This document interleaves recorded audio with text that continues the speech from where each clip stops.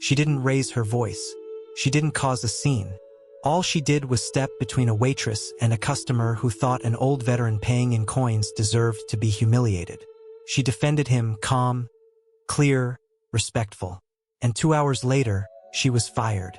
No warning, no explanation, just a signature and a closed door. But she didn't cry, didn't protest, just folded her apron, walked out, and whispered, it was worth it. What she didn't know, what no one knew, was that someone else had heard what happened. And 2 hours after that, a convoy of black SUVs rolled quietly into the parking lot. And the man who stepped out didn't say a word. But when he walked through that door, no one ever raised their voice again. Welcome to Endless Stories, where dignity speaks in silence, and those who defend others are never truly alone. If this story touches something in you, stay with us, subscribe, and help us carry these stories forward, one moment of courage at a time. It wasn't a busy day, just another slow shift afternoon where the hum of the ceiling fan mixed with the soft crackle of country music playing from the wall speaker. The smell of bacon hung in the air like wallpaper, and the sound of clinking cutlery filled the pauses in conversation. She had done this shift more times than she could count. Same uniform slightly faded at the collar, same notepad tucked into the front pocket, same regulars with their same tired jokes and familiar orders. Nothing about it ever surprised her anymore, until the bell above the door gave a lazy jingle and he stepped inside, old boots, older jacket, eyes that had seen too much but still scanned the room like muscle memory wouldn't let them rest. He didn't ask to be noticed. He just quietly made his way to the corner booth, the one near the window where the light hit softest, and sat down slowly as if his body remembered pain before his mind could stop it. She came over like she always did, pen in hand, voice warm but not sweet, because he didn't need pity. Just a clean cup of coffee and the dignity to choose his own breakfast. He asked for eggs over hard, toast dry, coffee black, simple words said softly, and when she brought the plate a few minutes later he smiled without showing his teeth and whispered, "Thank you," like it cost him something to speak. But the man 2 booths down didn't miss a beat. Sharp suit, slicked back hair, the kind of mouth that moved too fast and never listened when the room told him to stop. First it was a chuckle, then a comment under his breath. "Guess we're feeding the charity cases today." Then louder, as the veteran pulled out a handful of coins and counted them slowly with calloused fingers that had held heavier things than money. "Does he need a GoFundMe for breakfast?" She turned, not fast, not with fury, just final. Stepped between them like a wall made of quiet resolve, placed $2 bills gently on the veteran's table, and said loud enough for the room to hear but soft enough to cut, "He paid more than enough already." The silence that followed wasn't awkward. It was sharp, clean. The kind of silence that draws a line and dares anyone to cross it. The man in the booth blinked, scoffed, pretended to smirk but didn't say another word. And by the time she returned to the counter, the manager was already waiting, arms crossed, face tight, voice low but firm. "You're not paid to make statements." And before she could speak, he handed her a folded paper. One line, one signature, one decision, done. She didn't argue, didn't cry, just untied her apron slowly, folded it in half, then in half again, and placed it gently on the counter. And before she walked out the door, she looked back. Not at the manager, not at the man in the booth, but at the old soldier still sitting quietly, coffee now cold, eyes downcast like he'd seen this before in a different uniform, in a different war, in a different kind of battle where dignity always seemed like the first casualty. She gave him a small nod, and he returned it, and that was enough, because sometimes a single act of decency is louder than a whole room full of approval. He didn't move right away after she left, just sat there with both hands wrapped around a half-empty mug of coffee like it might offer more warmth than it had. Eyes low. Not because he was ashamed, but because he'd learned long ago that sometimes looking down is safer than watching people forget. Around him the room had returned to normal, or at least tried to. Forks scraped against plates, ice clinked in glasses, small talk bubbled up again like nothing had happened.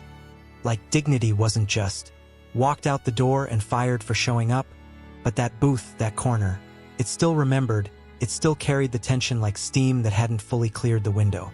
The waitress who replaced her didn't say much, just refilled his cup with coffee that had been sitting too long, left the check face down, and walked away quickly, maybe not out of disrespect but out of discomfort.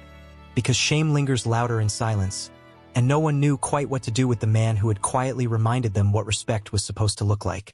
He reached for the check slowly, saw the extra $2 still tucked beneath the edge of the plate, untouched.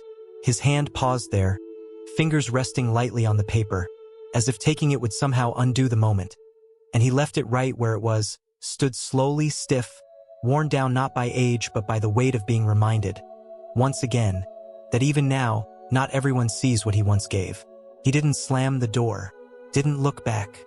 He just walked out into the afternoon sun, the same slow, steady gait he always carried, but this time with something different in his eyes. Not anger, not sadness, just the kind of quiet resolve that soldiers wear like armor when they realize the battle has followed them home. He didn't move when she left, didn't shift in his seat or glance toward the door, just sat there in the same quiet posture with both hands cupping the ceramic mug like it held something more than just lukewarm coffee. His shoulders slightly hunched not from weakness but from the kind of wear that comes when you've carried more than your fair share. Eyes staring not at the table but somewhere just past it, like memory had blurred the edges of the room and pulled him somewhere else. Maybe to a mess hall in another country, maybe to a moment when someone else once stepped up for him without needing a reason. Because that's what she did, that girl with her calm voice and steady eyes. She didn't do it to be seen or thanked or noticed. She did it because something in her still believed dignity wasn't seasonal and respect wasn't optional. Around him the room tried to forget, tried to force the mood back to neutral like nothing had happened. One customer cleared his throat, another asked for ketchup. The man in the suit who had started the whole thing stared at his phone pretending to read an email that wasn't there, and the manager who signed the firing paper paced behind the counter like motion might outrun what just unfolded.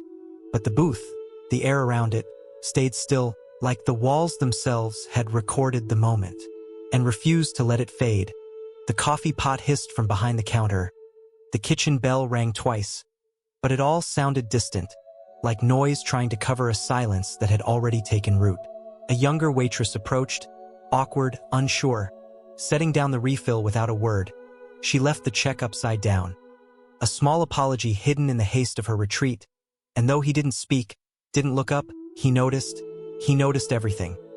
Especially the fact that the $2 the girl had placed were still neatly tucked beneath the edge of the plate, untouched, the corners crisp like folded flags, and for a long moment he just stared at them, fingers hovering above the paper, then pulling back slightly, because touching it would mean accepting something, and he wasn't sure the moment had earned closure yet. He slid out of the booth slowly, his knees not quite trusting the floor, and stood in that quiet that always follows disappointment, the kind that doesn't scream or echo, but settles into your bones like weather that knows your name. He adjusted his jacket, the one with the stitching worn thin, buttons faded, and the patch on his shoulder nearly unreadable except to those who know what to look for. He didn't glance at the manager, didn't acknowledge the man in the suit, didn't look for the girl, who stood up for him, because he already knew what mattered had already happened, and no one in that room had the power to undo it. The bell over the door jingled gently as he stepped out into the afternoon light. The sky was clear, but the air carried a weight, the kind of weight that comes not from weather but from witness. And though no one followed, no one stopped him, the memory of what peened in that corner booth didn't stay behind.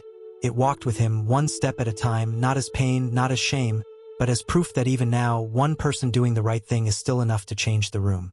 The diner quieted down by late afternoon, as most places do after the lunch rush and before the dinner crowd. The sun stretched long shadows across the linoleum floor, and the clock on the wall ticked without urgency, like time itself had decided to slow down out of respect for what had happened earlier. Most people had forgotten already or tried to, eager to get back to routines that didn't ask them to feel anything more than mildly inconvenienced. But not everyone left unchanged. Not the boy, sitting at the counter who'd watched everything unfold without saying a word. Not the cook who'd peeked through the kitchen window and seen her stand there like a soldier in an apron. And not the delivery driver who came in late, caught the tension, asked what happened, and heard just enough to feel something heavy drop into the pit of his chest. Because he recognized the man who'd been insulted, not by name, not by voice, but by posture, by presence, by the kind of quiet strength that doesn't need introduction. That driver, James, wasn't anyone important on paper, no medals, no rank, no title beyond part-time logistics. But 10 years ago, he'd been stationed on the same base as a man everyone just called the Colonel. A man who didn't talk much but whose decisions saved lives more times than the reports ever admitted. and while James had never spoken to him directly, he remembered what it felt like when the man entered a room, the way everyone stood straighter, the way even fear stepped aside, and when he saw that same stillness in the veteran's shoulders today, he felt something stir, not just anger, not just guilt, but the kind of duty that doesn't expire with the uniform. He left the diner without finishing his order, climbed into the cab of his delivery truck, and sat for a minute with the engine off, the quiet pressing in like a question that needed answering. Then he pulled out his phone. Not to scroll, not to vent, but to call a number he hadn't dialed in 5 years, a number passed on in whispers, reserved for moments that didn't make sense on paper but mattered anyway. The line rang once, then twice, then a voice answered, low, deliberate, not surprised. James didn't explain everything, didn't need to. He just said, "Sir, I think you'll want to know. Someone just fired a girl for defending a veteran," and the veteran looked like someone you'd recognize. There was a pause. Then the voice said only 2 words, "Where?" James gave the address, and the call ended with a click. No further questions, no promises, just a silence that felt like the calm before something big. The kind of silence that knows what it's about to carry. Back in the diner, no one knew what had just been set in motion. The manager had already filed the paperwork. The man in the suit had left smug. The other waitress pretended everything was normal, but miles away, in an office without nameplates or windows, someone was already reaching for a jacket with stars on the shoulder and folding a piece of paper with the word "retired" stamped on top, because respect, once compromised, sometimes demands a visit in person. She didn't go home right away, didn't take the usual bus or call the friend who would have told her to fight back. Instead, she walked slowly down Main Street, not because she had a destination, but because she needed space to breathe, the kind of slow walk people do when their mind is louder than traffic, when the ache sits just behind the ribs and doesn't know if it's disappointment or exhaustion. Her apron was folded under her arm, her name tag still pinned to the pocket like a memory pressed into fabric, and with every step she took, she heard the echo of the manager's words again. Too emotional for this job. Like empathy had become a liability and dignity was something to clock out of. She passed the bakery, ignored the boutique, paused in front of the library but kept going. She didn't want explanations, didn't want comfort, just quiet. But even quiet felt sharp today, because in the stillness she kept replaying the moment in her head, the way the veteran's hand trembled slightly as he reached for the coins, the way his eyes never left the table even when the man mocked him loud enough for the whole room to hear, and most of all, the way he looked at her. Not grateful, not surprised, just seen, like her voice had given back something he hadn't expected to be returned. She stopped at the park bench near the old war memorial, the one no one really visits unless it's Memorial Day, and sat down without thinking. The cold would grounding her more than any conversation could. She looked up at the names on the stone wall, etched, weathered, forgotten by most, and wondered if anyone had stood up for them when it actually mattered, if anyone had stepped forward when it wasn't convenient, wasn't scheduled, wasn't paid. Meanwhile, back at the diner, time passed differently. The staff rotated through the routine like nothing had happened. The grill sizzled, coffee refilled, customers came and went without knowing a storm was forming just outside their view. The booth where the veteran had sat remained empty, and though the manager didn't admit it out loud, he glanced at it every few minutes like something about that space refused to settle. Even the regulars were quieter than usual, conversations short, laughter cautious, as if the walls themselves had chosen sides. One of the waitresses whispered to the cook, "You think she'll come back?" The cook just shrugged, flipping a pancake he suddenly didn't care about. No one saw the black SUV when it first rolled up. No one heard the second one glide in behind it. But they were coming slow, silent, deliberate, the kind of quiet that comes not from indecision but from purpose, the kind of silence that means something is about to be made right. And as the second hour stretched to its final minute, the girl on the bench looked up to see the flag on the memorial shift in the wind. Just slightly, just enough, and somehow, she knew she wasn't the only one who remembered. The SUV didn't park in the front like customers do. It rolled up slow along the side, engine humming low like it knew how not to be noticed until it chose to be. The second vehicle matched pace, black windows, no decals, no flashing lights, just clean metal and heavy silence, the kind that doesn't ask for attention. It commands it without trying. Inside the diner, no one noticed at first. The chatter remained low. Someone asked for more syrup. The busboy refilled ketchup bottles. The manager finally stopped pacing and leaned against the counter pretending to check inventory. And then the bell above the front door jingled. Once, sharp, flat, not rushed, not hesitant, just deliberate. He stepped inside. No medals on his chest, no nameplate, but every inch of him said command. Not with noise, not with posture, but with presence, the kind of man you don't recognize by face, you recognize by reaction. By the way a room changes when he enters, the man wore civilian clothes, plain but pressed, eyes that scanned without moving, stillness in his walk like he'd spent more time walking across flight decks than sidewalks. He didn't stop at the hostess stand, didn't look at the menu, just walked straight toward the counter where the manager stood frozen in place, and as he passed the tables, forks paused midair, conversations faded, someone whispered, "Who is that?" But didn't get an answer, because no one dared speak louder than that man's silence. The manager straightened up too late, forcing a smile that didn't reach his eyes, opened his mouth to speak. But the man didn't let him, not with a word, not with a hand, just by holding his gaze, calm, still, and full of something heavier than anger. He reached into his coat pocket, not for a weapon, not for a badge, but for a folded envelope, which he placed gently on the counter, as if it were more official than any warrant ever could be. The manager didn't touch it, didn't ask what it was, because in that moment he already knew, and everyone watching did too. The man didn't sit, didn't order, didn't blink. He turned toward the booth, the one where the veteran had sat, looked at it once, then back at the door, then walked out as calmly as he'd come, and when the SUV doors opened again, no one said a word, not even the cook who'd never stopped talking before, not even the waitress with the fake nails and louder laugh, because they all knew without knowing how they knew. They'd just been visited by someone who doesn't arrive unless something wrong has been done. And no one wanted to be the reason he came back. No one touched it at first. The envelope just sat there, plain, white, not large or official looking, no seal or badge or warning. But somehow it carried more weight than any court summons or corporate memo ever could. The manager stood frozen in front of it, arms stiff at his sides, throat tightening though no one had said a word. For a long moment, no one in the diner moved. Not the waitress clearing plates, not the cook behind the pass, not the customer still pretending to scroll through his phone to avoid eye contact with reality.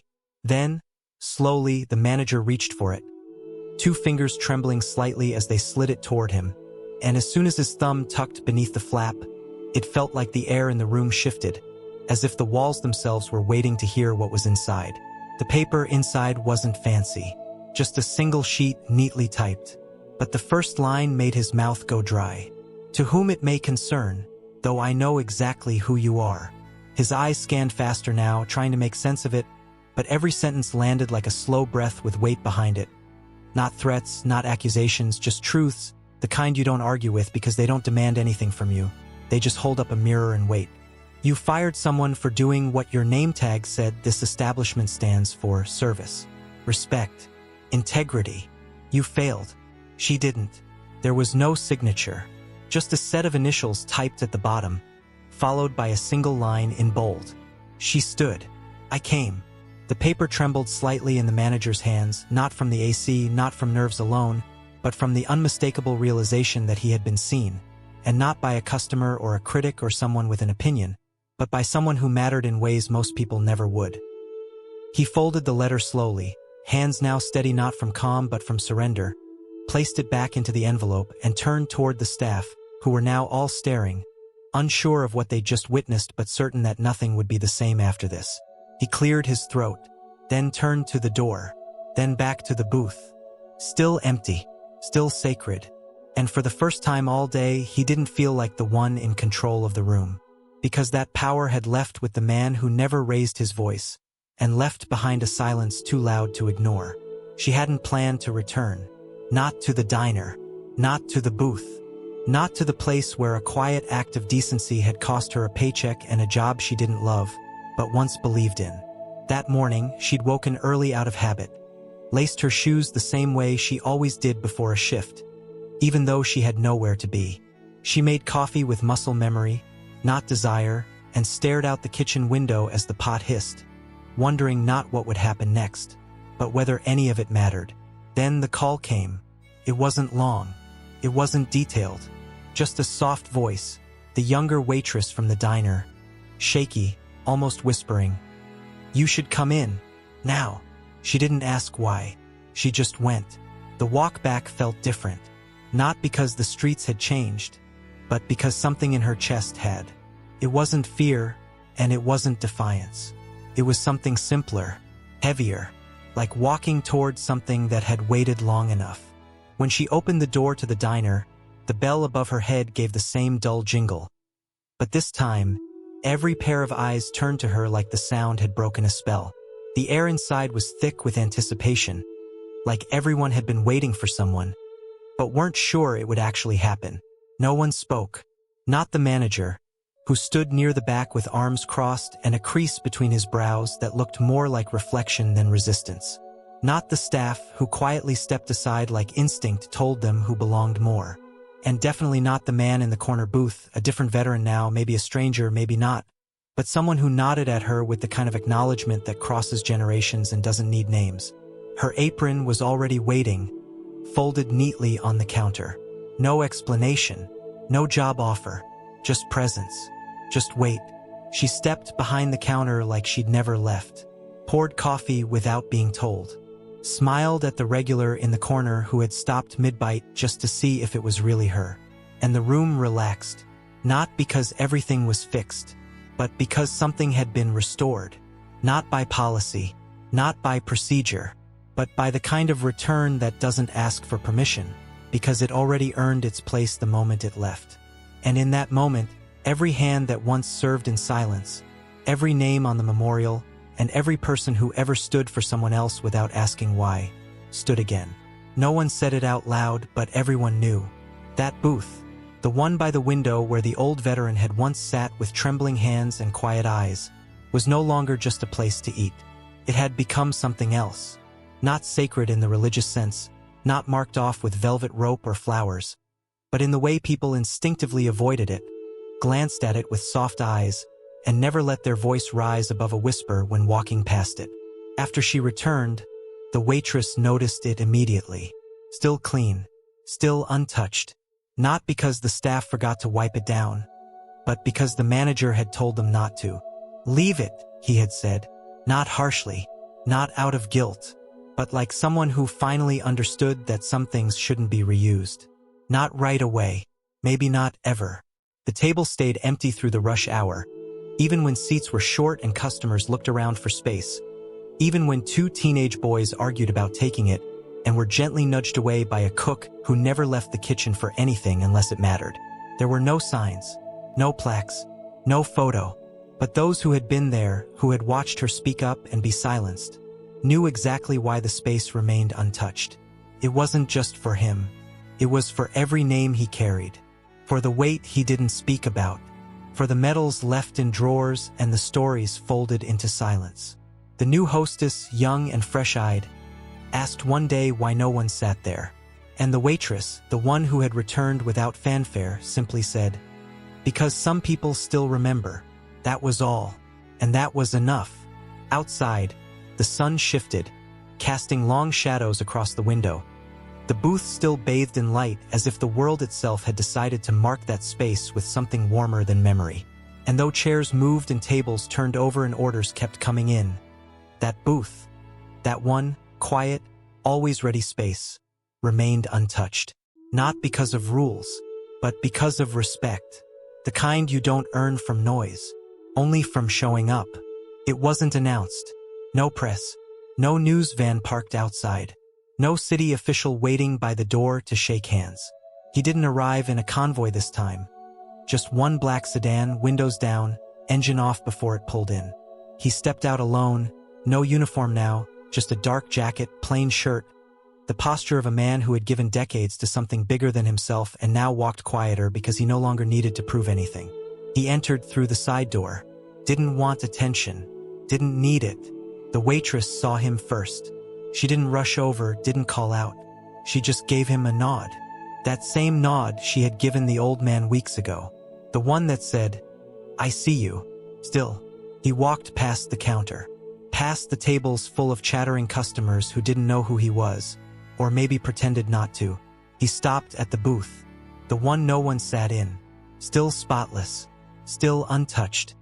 He looked down at it, not like it was furniture, but like it was someone's name carved in silence. He didn't sit, didn't stay, just placed something small on the table. A single patch, frayed, faded, the kind worn under a uniform, close to the skin, close to the heart. No rank, just a unit name, a legacy. He stood there for 1 minute, 60 full seconds of stillness in a room that suddenly forgot how to chew, how to move, how to speak. Then he turned and walked out. No handshake, no message, just a quiet gesture left behind. One only those who understood would ever notice, and one that needed no explanation. And from that day forward, the staff didn't just clean that booth. They guarded it, not with rules, but with reverence. Because sometimes the most powerful visits are the ones nobody sees coming, and never need to come twice. It was a Tuesday, ordinary, clouds low, breeze soft, radio humming quietly in the background with an old tune no one really listened to. The diner had settled into its usual rhythm. Regulars in their regular seats, refills offered without asking. The fry cook mumbling lyrics while flipping bacon like he'd done it forever. Nothing felt out of place. Until the door opened and everything paused. He was younger than the last one. Still old enough to carry history in his posture, but younger, maybe mid-60s, with sharper eyes and a straighter spine, the kind that hadn't yet softened from time. He wore a clean but aged military uniform. Not decorated, not flashy, just worn like it belonged there, like it was still doing its job. He stepped inside slowly, scanning the room not with caution, but with quiet anticipation, as if he already knew the story that had happened here and had come to see if it was real. The room noticed immediately, not in the way it used to, with murmurs or stares or smug glances, but with something close to stillness. He walked past the tables, and not one smirk rose, not one joke, not one sideways comment. Instead, the same man who once rolled his eyes at coins now gently moved his briefcase out of the way so the veteran could pass easier. The same cook who used to ignore everything now peeked through the kitchen window, eyes locked on the man's shoulder patch. The same hostess, the new one, whispered to the waitress, "That's another one, right?" The waitress nodded. She approached him without hesitation. No fear, no fuss, no tiptoeing around discomfort. "Coffee?" she asked. "Yes, please," he said, voice gravel and grace. She brought it in seconds. No delay.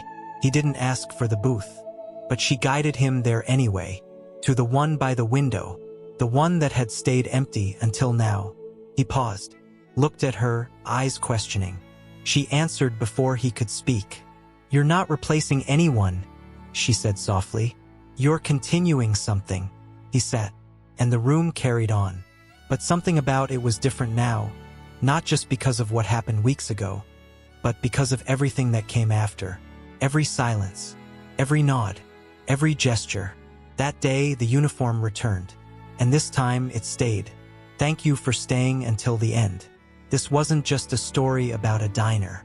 It was about quiet courage, the kind that doesn't need permission to stand and doesn't flinch when standing comes with a cost. It was about one person doing the right thing, not for applause, but because silence wasn't an option.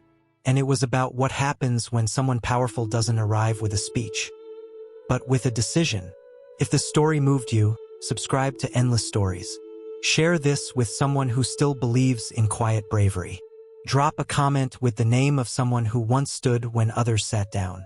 Because remembering them, even in fiction, keeps the truth alive.